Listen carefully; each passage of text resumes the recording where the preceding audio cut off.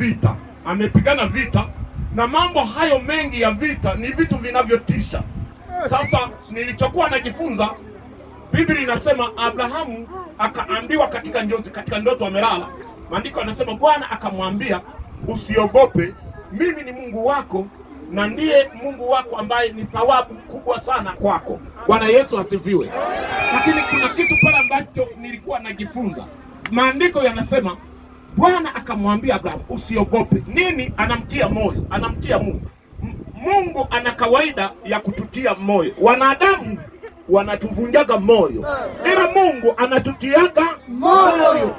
Anamwambia Abrahamu, usiogope, mimi ni Mungu wako na ni thawabu yako kubwa mno. Ukiangalia Mungu hata wakati Joshua anaenda kuchukua nafasi ya kusimama mbele ya Israeli, bado anamwambia usiogope, mimi nitakuwa pamoja nawe. Mungu